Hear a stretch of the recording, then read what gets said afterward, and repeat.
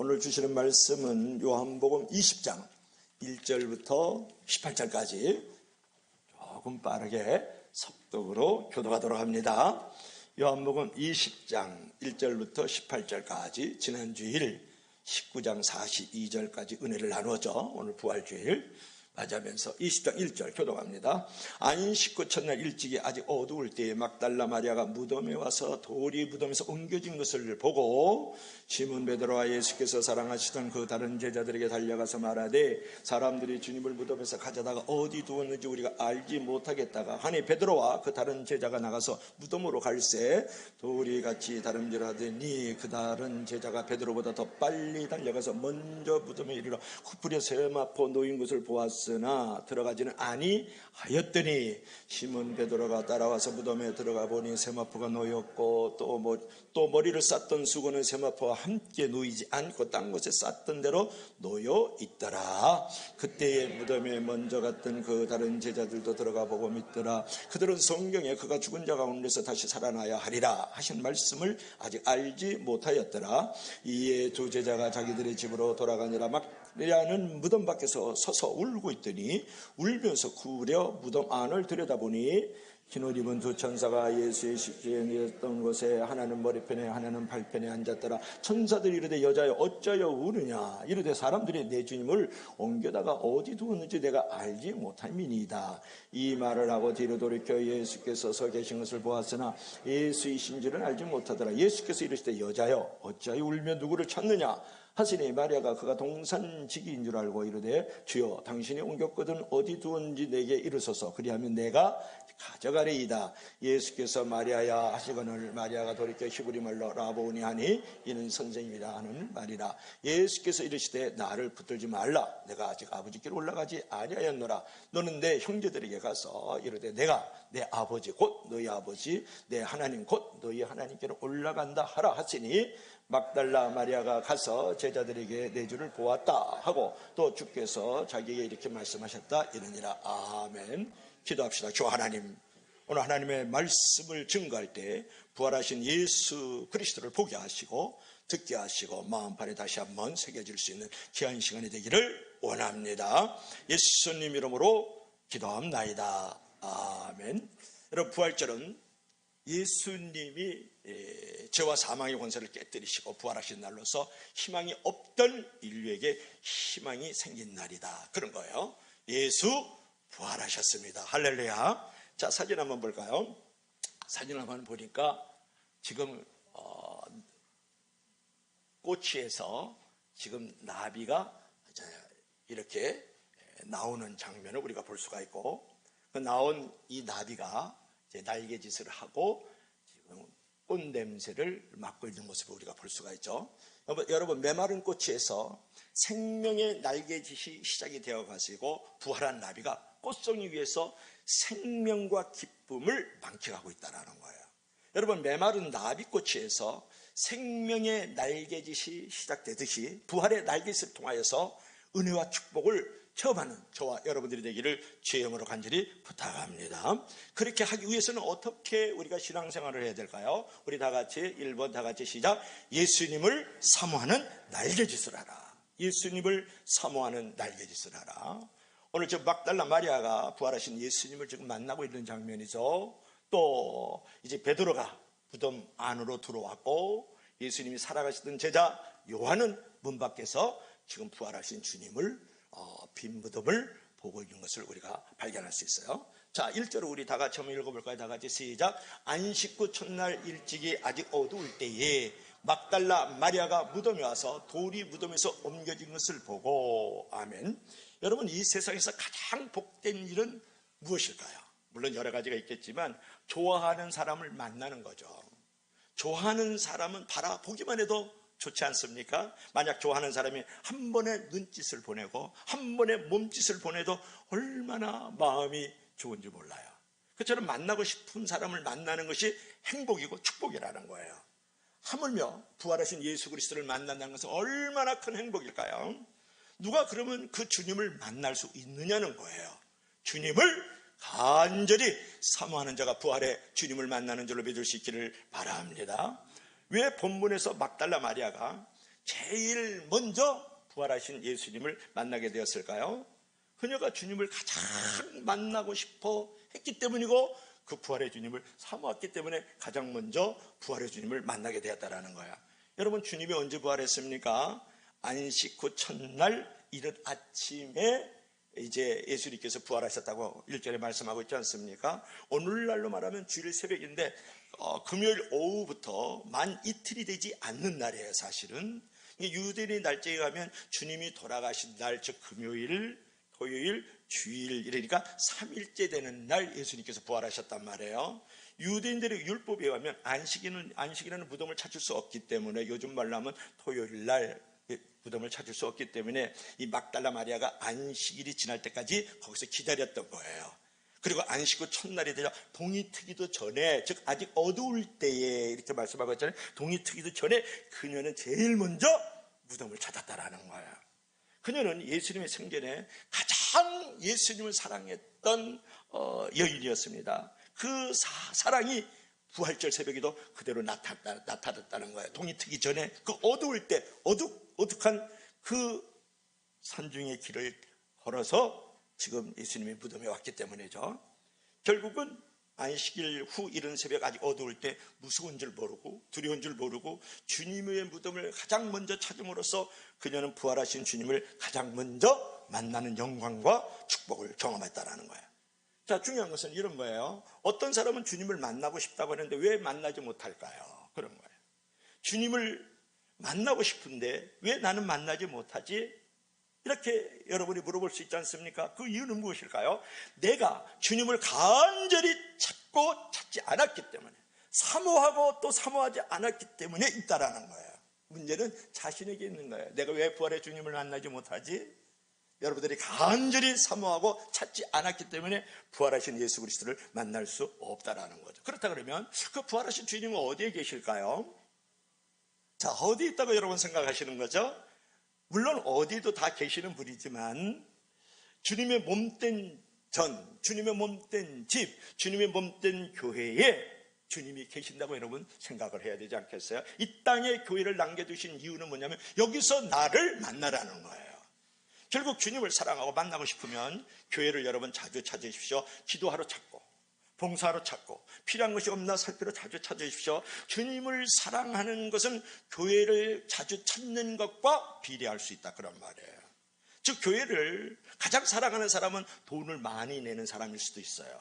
봉사를 열심히 하는 사람일 수도 있어요. 무릎 꿇고 하나님을 높이고 찬양하는 사람일 수도 있지만 교회를 가장 많이 찾는 사람이 먼저 주님을 사랑하는 것이고 주님을 만나는 역사가 일어나는 줄로 믿을 수 있기를 바랍니다. 여러분, 막달라 마리아는 가장 먼저 무덤을 찾았잖아요. 그래서 가장 먼저 주님을 만나는 영광스러움을 경험했던 것이거든요. 그것이 14절부터 18절에 나오는 말씀이죠. 여러분, 당연한 원리 아닙니까? 가장 주님을 마음과 몸으로 물질로 사모하는 자가 가장 먼저 주님을 만나는 줄로 믿을 수 있기를 바랍니다. 여러분, 막달라 마리아가 이제 무덤에서 와서 보니까 어떤 장면이 이제 눈에 들어왔느냐 하는 건데, 돌이 무덤에서 옮겨졌단 말이에요. 혹시 1절이잖아요. 돌이 무덤에서 옮겨졌다. 이제 그런 거죠. 돌이 무덤에서 옮겨진 것을 보고, 이렇게 말씀을 했잖아요. 이 장면은 뭐냐면 돌이 무덤에서 옮겨졌다는 것은 부활하신 예수님을 증명하는 사건이에요. 증명하는 사건. 성경 연구가들에 의하면 그 당시 이제 무덤을 가로막고 있던 돌들, 지난주일 우리 설교 때 그 무덤은 돌을 봤지 않습니까? 이 돌은 장정 20명이 밀어야만 움직일 수 있는 돌이란 말이에요. 그런데다가 그 무덤문 앞에는 파수꾼들이 지키고 있었거든요. 로마 군병들이 지키고 있었거든요. 그런 상황에서 무덤에 있는 그 돌을 옮길 수 있다는 것은 거의 불가능한 일이죠. 그래서 주님의 부활이라는 것은 초역사적인, 초자연적인 것을 제하고는 달리 설명할 수가 없다라는 거예요. 그때 이제 무덤에는 어떤 장면이 이제 연출되었느냐가 중요한데, 그녀가 바로 무덤 안으로 들어가지 않고 즉시 돌아가가지고 베드로와 이제 사도 요한을 불렀어요. 그래서 이제 베드로가 처음으로 무덤 안으로 들어갔는데 세면포만 놓여 있었고 예수님의 머리를 싼 수건은 딴 곳에 이렇게 개켜져 있었거든요. 근데 재밌죠? 베드로는 항상 다혈질이고 열정이 있어요. 그죠? 무리를 걸어가기도 하지만 물을 첨벙첨벙 걸어서 나오기도 하고 말이죠. 다 예수님을 버린다 할지라도 나는 죽을지언정 절대로 예수님 버리지 않습니다 했던 사람이 베드로예요. 그러니까 막달라 마리아가 베드로나 요한에게 예수님이 지금 무덤에 없습니다. 그랬더니 베드로는 무덤 안으로 들어와요. 아까 사진을 봤죠. 요한은 그 바깥에서 예수님을 사랑했던 제자 여자 바깥에서 이렇게 이제 뒤다보는 거예요. 근데 이 장면에서 우리가 이제 생각할 수 있는 것은 뭐냐면 예수님의 부활을 보증해 주는 말씀이죠. 만약 제자들이나 누군가가 예수님의 시체를 훔쳐갔다 그러면 바쁜데 그냥 훔쳐가지 예수님의 그 머리를 쌌던 그 수건을 아주 잘 정리해서 개켜가지고 그 머리맡에다가 놓지 않거든요. 그런 거거든요. 그러니까 유대인들의 장례법은 뭐냐면 세마포로 옷을 싸고 온몸을 싸고 머리는 따로 수건으로 싼단 말이에요. 근데 수건이 개켜 있었다. 이 상황을 봐도 예수님께서 부활하셨다라는 거예요. 누가 훔쳐가지 않았다라는 거죠. 그처럼 무덤 안을 살핀 다음에 이제 베드로와 이제 요한이 주님이 부활하셨나 보다. 그러면서 큰 감동도 없고 그냥 집으로 돌아갔다고요. 여러분 이 장면을 가만히 생각해 보세요. 그래도 명색이 주님의 수제자가 베드로예요. 예수님의 사랑을 가장 많이 받았던 사람이 요한이라고요. 그런데 예수님이 없는가 벼? 그러면서 그냥 무덤 바깥으로 나갔단 말이에요. 여러분 그 남자들의 마음이 원래 시베리아 벌판 얼음장 같아요. 냉가슴을 갖고 있는 사람이 남자들이긴 해요. 저 사하라 사막에 모래알과 같이 건조하고 메마르고 저 엄미산 꼭대기에 있는 풀과 같이 시드는 영혼들이 남자들의 마음이긴 하지만 어떻게 그래 예수님이 없으면 예수님이 어디 가셨지? 아니 그 놀라운 어떤 일들이 있어야 될 거 아니야. 없는가 비에? 부활하셨는가 비에? 그러고 이제 바울로 내려갔다가요. 한 명은요 예수님의 수제자예요. 한 명은요 예수님의 가장 사랑을 받았던 제자였거든요. 우리 남자들이 그럴 수 있다라는 거야. 여러분은 그렇게 감동과 감격이 없는 그런 신앙을 가지면 안 되겠다라는 거예요. 오늘 본문 11절 말씀 보면 막달라 마리아가 무덤을 도저히 떠날 수가 없어요. 그저 무덤 밖에서 그저 은방울 소똥말똥 같은 눈물을 툭툭 흘리면서 아까 사진을 봤지만 몸을 이제 주저앉아서 구부려서 울고 있거든요. 그래서 무덤 속을 들여다보고 있다요.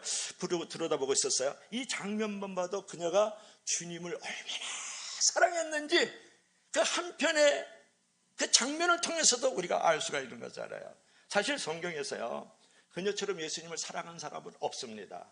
그녀는 7 귀신이 들렸다가 치유를 받고 그 은혜를 기억하면서 예수님을 사랑하기 시작했거든요. 그녀는 주님의 십자가를 지실 때도 끝까지 그 현장을 떠나지 않고 있었고 죽으신 다음에도 그 곁을 떠나지 않았던 사람이 바로 막달라 마리아라는 여인이에요.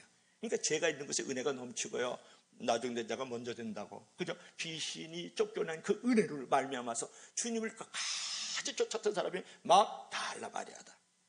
결국은 그런 사모하는 마음이 있었기 때문에 부활하신 주님을 제일 먼저 만나는 축복을 얻었다라는 거예요. 여러분 목사, 장로, 권사, 집사, 교사라는 타이틀이 주님의 손길을 체험하지 않습니다.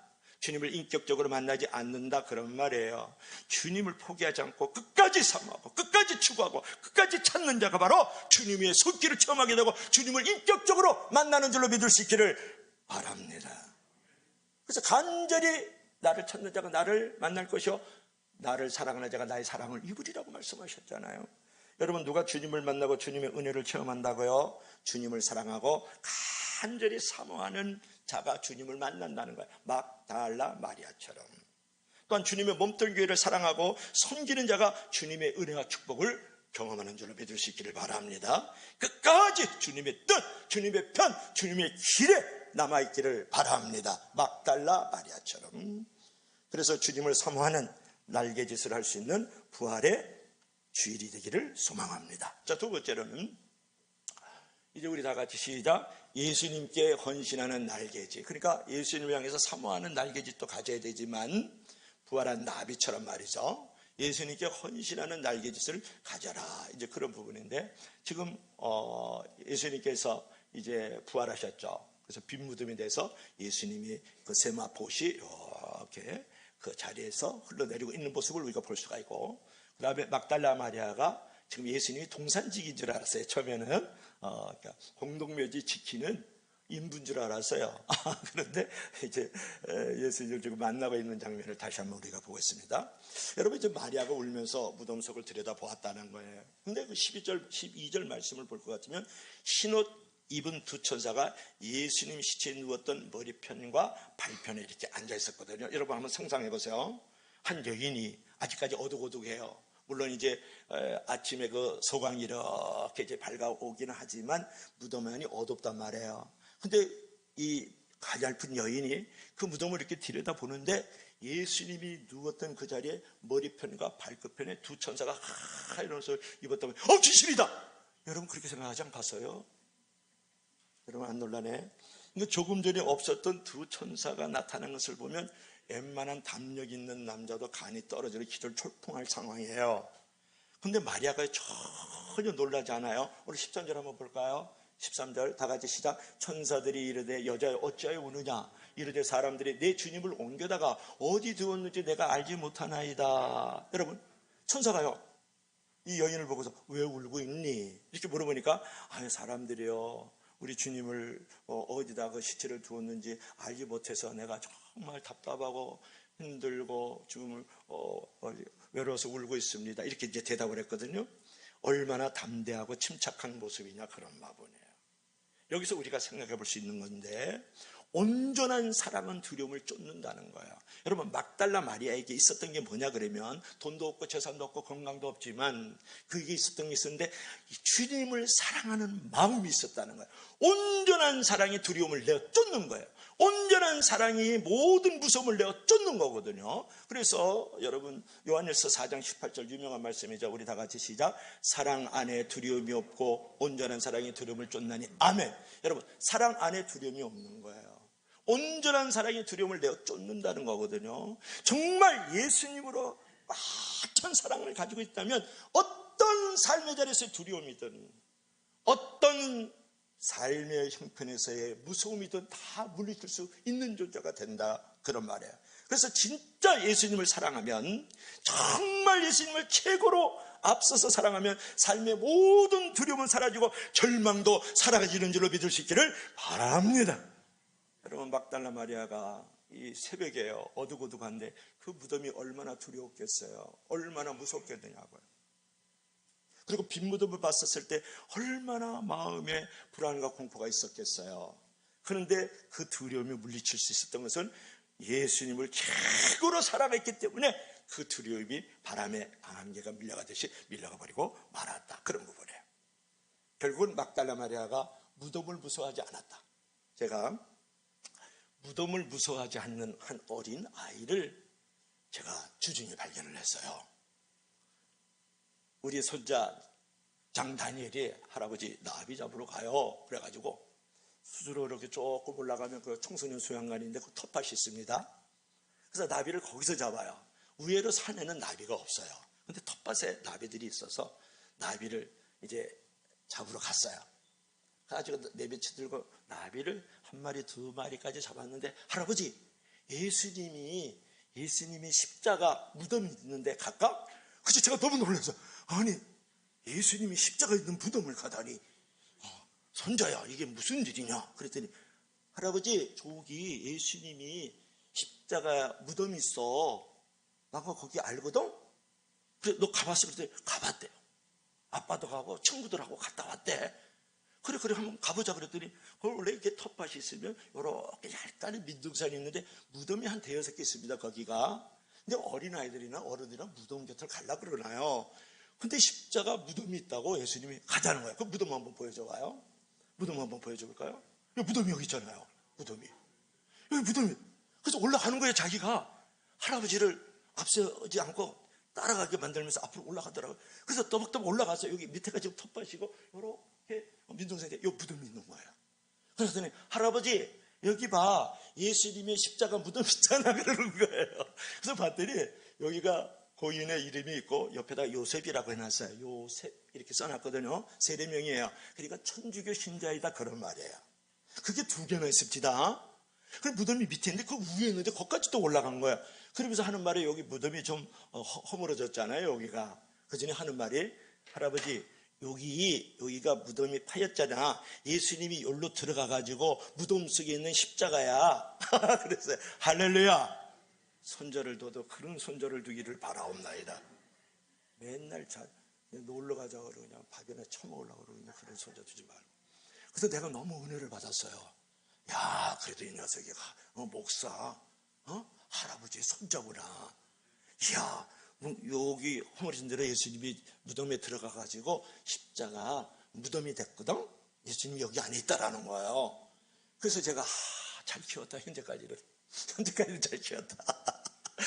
제가 무슨 말을 들으냐면 손자 자랑하려는 게 아니고 그 다니엘 안에 누가 있다라는 거예요. 부활하신 예수님이 있다라는 거고 그 믿음이 있다라는 거예요. 그러니까 무덤이 무섭지 않다 그런 말이에요. 막달라 마리아도 어떤 것입니까? 예수님의 무덤을 봤지만 무섭지 않아요. 예수님을 사랑하고 믿었기 때문에. 할렐루야. 여러분, 주님 안에서 담대한 믿음으로 사십시오. 부활하신 주님은 최종의 승리를 약속하셨다는 거예요. 그러므로 살면서 빈 무덤과 실패의 현장을 바라보지 말고 부활하신 주님을 바라보기를 바랍니다. 오늘 막달라 마리아가 빈 무덤을 바라보지 않고 실패의 현장을 바라보지 않았다라는 거예요. 부활하신 주님을 바라보고 부활하신 주님을 사모하고 부활하신 주님을 사랑했기 때문에 모든 두려움과 무서움과 절망이 떠나가는 거예요. 그래서 여러분, 빈 무덤 보지 마세요. 부활하신 주님을 바라보라고요. 절망을 바라보지 말라고요. 희망을 바라보라고요. 없는 것을 바라보지 말라고요. 있는 것을 바라보라고요. 여러분, 부정을 바라보지 말고 긍정을 바라보기 바랍니다. 실패를 바라보지 말고 성공을 바라볼 수 있기를 주의 이름으로 간절히 부탁합니다. 여러분, 빈 무덤, 빈 지갑, 빈 통장, 빈 집, 그걸 바라보면 내 마음에 두려움과 불안과 공포가 오죠. 그러나 예수님을 바라보면 거기에 희망이 있고 생명이 있고 능력이 있잖아요. 그래서 우리가 실패의 현장을 바라보지 말고 부활하신 예수님의 현장을 바라볼 수 있어야 된다, 그런 말이죠.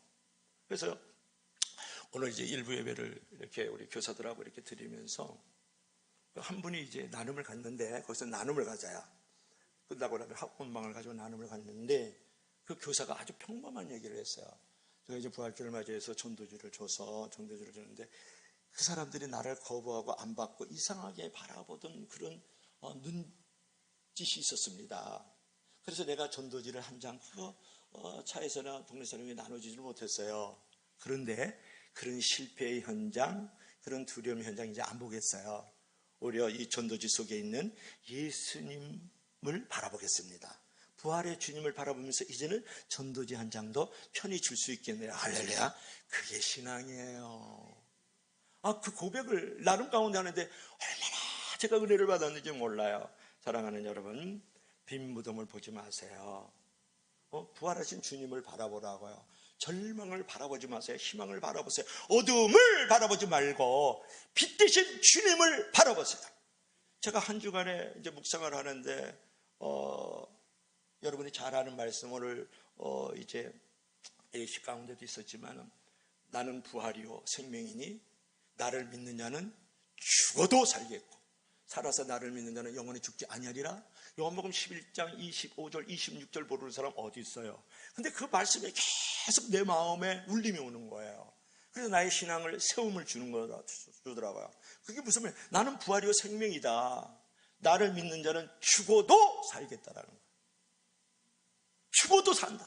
나의 삶의 현장에서 죽어갈 수밖에 없는 상황들이 많이 있고 사건들이 있지만 그럼에도 불구하고 너는 죽어도 살 거야. 살아날 거야. 일어날 거야. 할렐루야. 그 말씀을 주셨어요. 또 살아서 나를 믿는 자는 영원히 죽지 아니라. 내가 넘어질 수 있어요. 자빠질 수 있어요. 쓰러질 수 있어요. 그러나 살아서 나를 믿는 자는 영원히 죽지 아니하리라. 우린 죽지 않고 살아나는 부활의 역사가 우리의 삶의 현장에도 일어나는 줄로 믿을 수 있기를 바랍니다. 너무 은혜를 받았어요.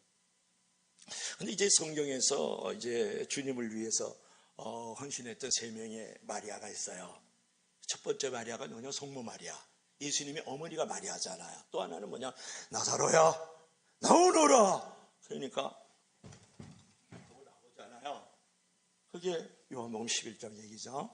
보다 나사로가 나오는데 나사로의 누이 동생이 저기 마리아예요. 그 동생은 또 마르다가죠. 마리아예요. 그 다음에 이 막달라 마리아거든요. 근데 그 중에서도 주님을 가시는 곳마다 일편단심 민들레가 돼서 쫓아가서 조용히 헌신했던 사람이들은 막달라 마리아거든요. 십자가의 죽음도 그녀의 헌신과 사랑을 막지를 못했단 말이에요.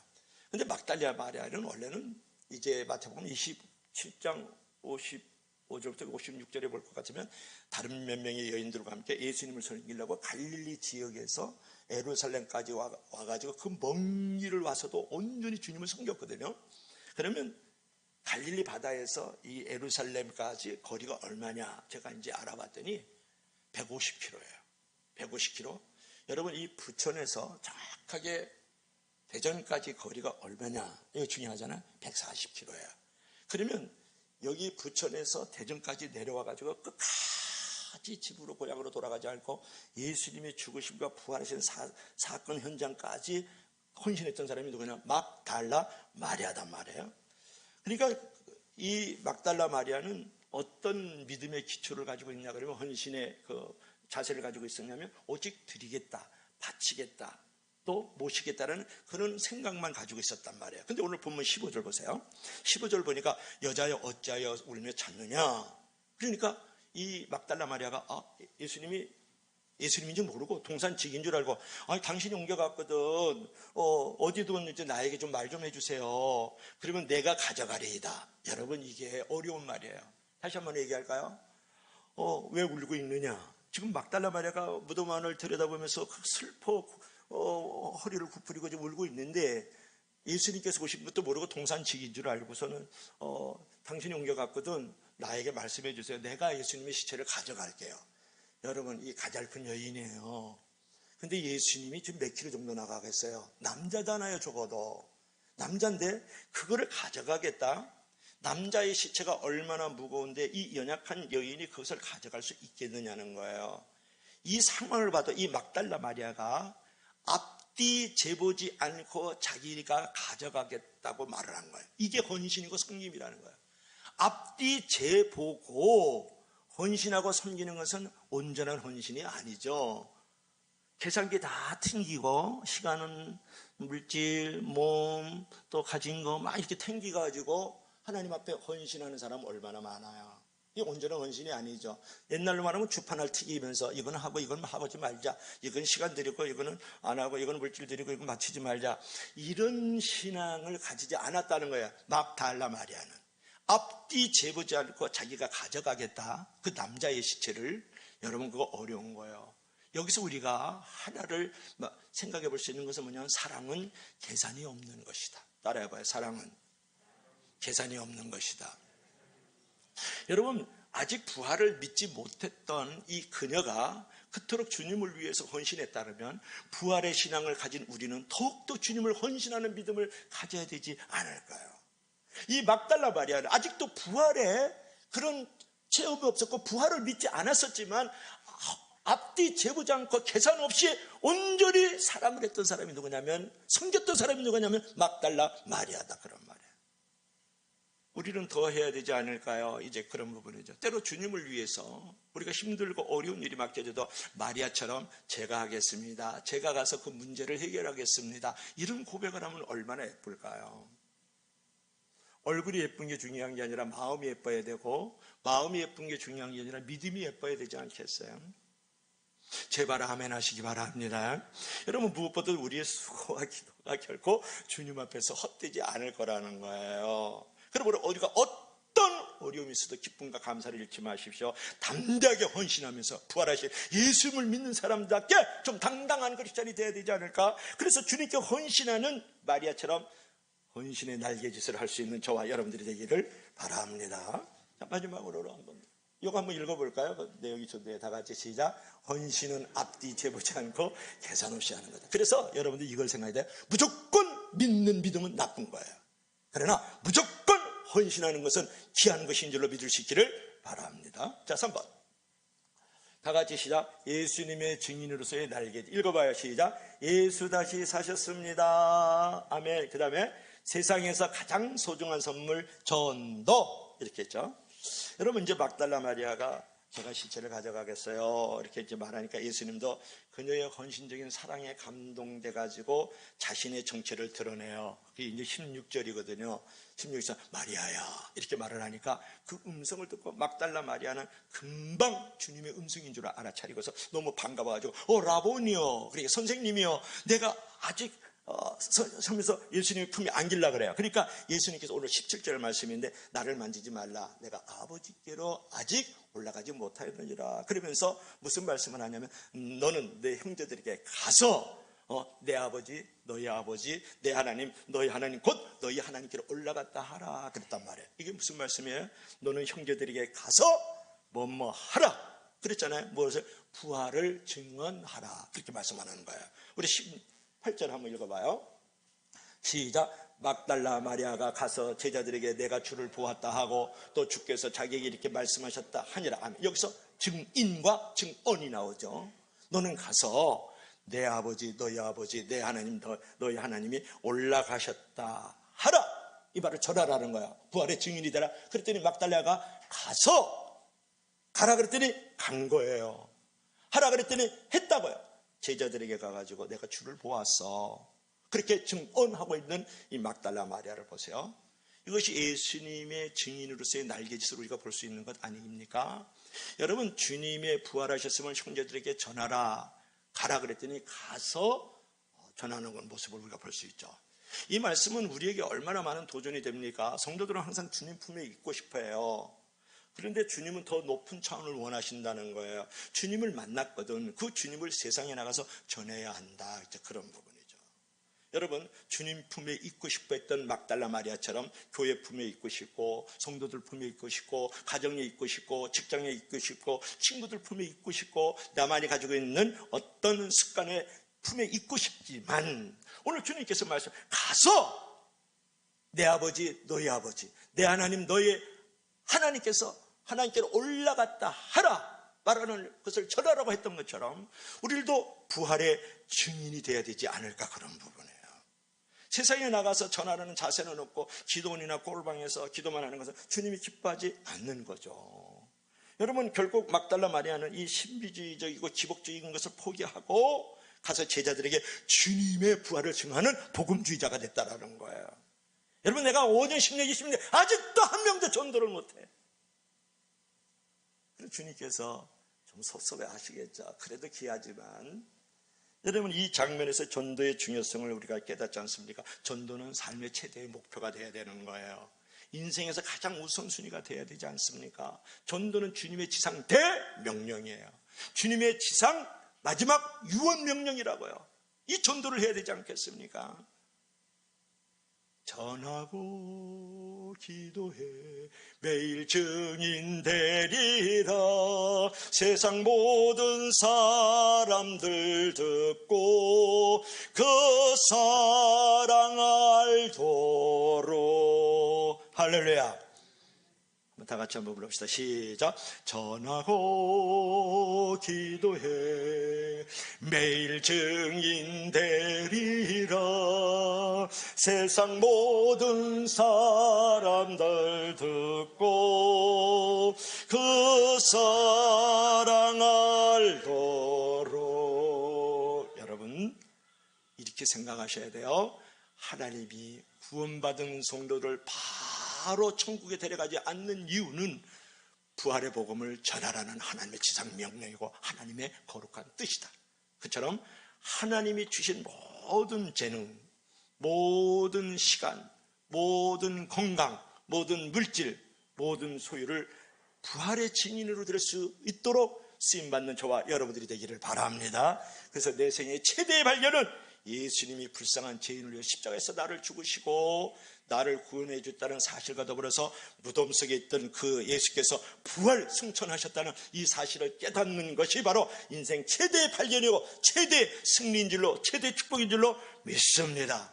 그래서 그 모든 성공과 소유를 통해서 하나님께 영광 돌리는 부활의 증인, 증언의 사명을 감당할 수 있기를 주의 이름으로 간절히 부탁합니다. 그래서 마리아처럼 부활의 증인이 될 수 있는 부활의 날개짓을 하기를 바랍니다. 오늘 결론을 말씀을 드리겠습니다. 결론 한번 볼까요? 드디어 빈무덤이죠. 그러니까 아침에 주일 아침에 햇살이 지금 밀려오고 있는 모습을 볼 수 있죠. 우리 다 같이 한번 읽어봐요. 시작. 주님의 무덤은 빈 무덤이다. 주님은 살아계시다. 절망한 희망의 또 다른 이름이다. 아멘. 여러분, 예수님의 부활이 제자들에게 얼마나 큰 충격적인 기쁨이 되었을까요? 그때 십자가에 은산한 구름이 걷히고 이제 부활절 새벽에 아침빛이 쫙 떠오르면서 이제 제자와 이 막달라 마리아에게 부활의 첫 주일을 맞이하게 된 거죠. 여러분, 그런 영광스러운 새벽이 우리 가운데도 기다리고 있는 줄로 믿을 수 있기를 바랍니다. 이제부터 여러분 부활신앙을 가지고 인생을 넉넉하고 부유롭게 사십시오. 주님 안에서는 절망과 죽음과 고난도 끝이 아니에요. 믿는 사람에게 절망은 없다. 절망은 희망의 또 다른 이름이다. 이제부터 변화가 필요해요. 부활신앙으로 새롭게 무장하면서 믿는 사람답게 절망 중에서 희망을 노래하고 기뻐할 수 없는 상황에서 기뻐할 수 있어야 되고, 모든 주어지는 삶의 환경들을 가지고 부활의 증인이 되고 부활을 하신 주님의 헌신적 삶을 살아가는 저와 여러분들에게를 주의 이름으로 간절히 부탁합니다. 우리 다 같이 기도하시겠습니다. 우리 기도할 때 하나님 아버지, 나도 막달라 마리아처럼 제자들처럼 주님의 부활하신 것을 사모하고 간절히 찾아서